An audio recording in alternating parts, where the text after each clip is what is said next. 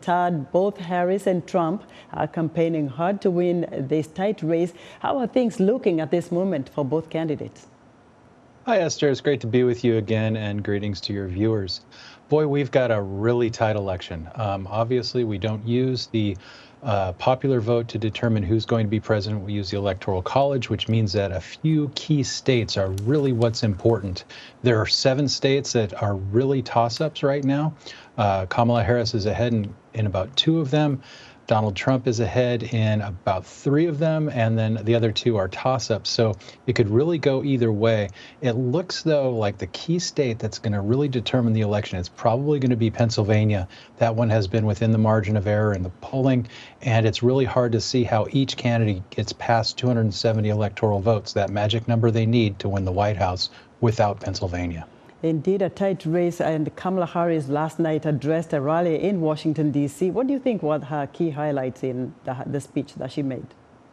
Well, I know exactly what they were because I was there. The Ellipse is just a few blocks from our university, and I walked over there to attend the rally. And most of it was very, very much focused on economics and exactly what her policies would do to make people's lives better, which is interesting because we haven't heard much from her on this. Her whole policy agenda talking about the Opportunity Society has really been light on details, but we got a lot of it last night, and a lot of people were wondering exactly what she would do to make things better for them.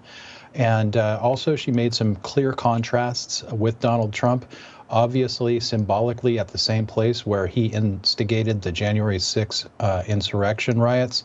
And behind her was also the White House South portico in the background. So obviously very symbolic in terms of her decision to make the contrast both rhetorically and symbolically.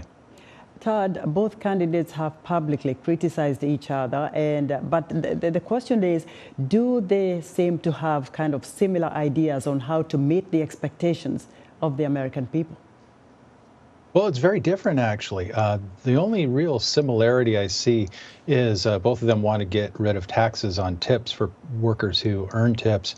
But other than that, it's very different. You see Kamala Harris talking about having a child tax credit, as well as having assistance for first-time home buying, and allowing the Social Security to cover, Medicare to cover late life care. And then you see Donald Trump talking about tax cuts and tariffs, which he always talks about. He talks about the border and securing the border and deporting people who are here in the United States illegally. So those are really the main contrasts.